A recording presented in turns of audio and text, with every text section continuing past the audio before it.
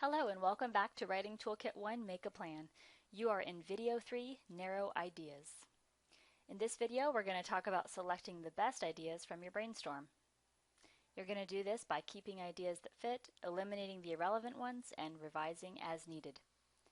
As we go along, we're going to talk about picking the best puppy, sorting your fruits and vegetables, and preventing wobbly furniture.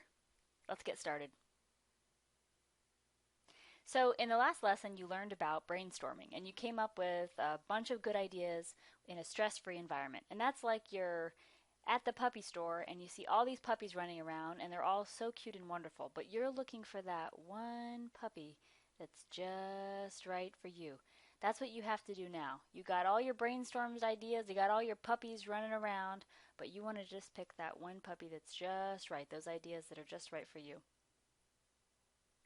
Another way to think about it, and this is something we do every day, when you look at a bunch of objects, your mind automatically starts to try to make sense of them. So you look at a bunch of pictures like this, and you see, okay, there's food, there's animals, I see plants, okay, but where are the things that belong together and what things don't belong? So you can start eliminating things. Okay, this turkey doesn't really fit in with the fruit and vegetable theme we have going on. Definitely the beach doesn't make sense. My cat needs to get out of here. Flowers are a plant, but they're not edible usually, so that's not really a food. And then ice cream is a food, but it doesn't fit in with the other types of foods that we have here.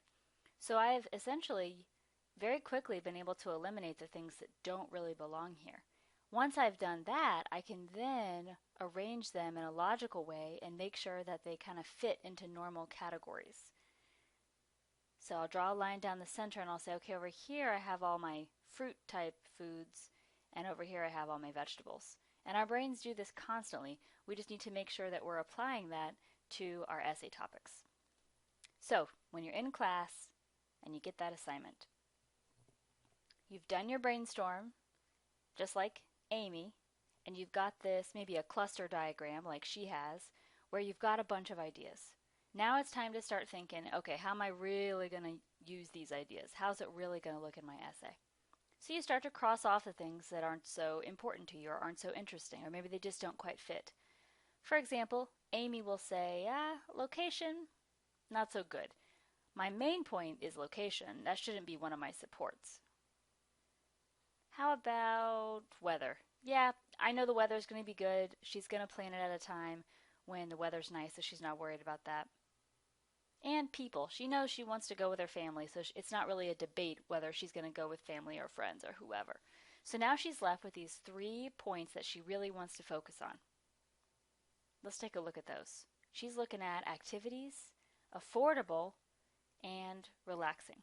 Okay. And those all surround this main idea she has of theme park versus a state park.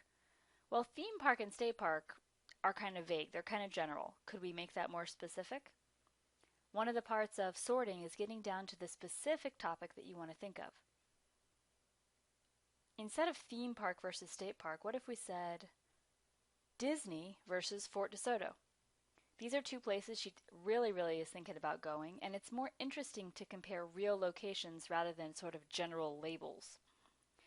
Now let's take a look at these main points that she has coming off.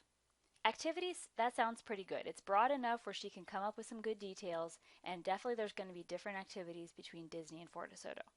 But what about affordable? And what about relaxing? Those are very specific adjectives that describe a place, but that's not really the areas that she wants to compare. Those are specific descriptions. What if we changed relaxing to atmosphere? Then she could think about what is the atmosphere at Disney versus what is the atmosphere at Fort DeSoto. And how about affordable? Instead of affordable, why don't we change that to the noun price? Then we don't just talk about which one's affordable.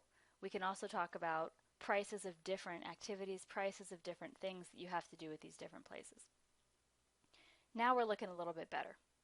So what you really want to think about when you're deciding on main points is, are they broad enough to kind of let me develop them? But are they specific enough to be interesting? And they have to match up with each other. You can't have one really broad main point and then 2 really specific ones. It doesn't work. Let's think of this in another way. Let's say you're at a party and you hear somebody say, "I love Florida," and they start to give their reasons. Think of these reasons kind of like the legs that hold up a table, right? They're supporting their claim that they love Florida. The first leg, the first reason, the low cost of living. That makes sense. Second one, warm weather. And third one, beautiful nature. Then comes the fourth one. This person says, "My neighbor John has a pool." Wait a minute. All of the other topics are something that I could definitely explain in detail. There are good reasons to love Florida. But this last one already seems like a detail itself. It doesn't seem like a main support. So this one kind of makes me wonder what's going on.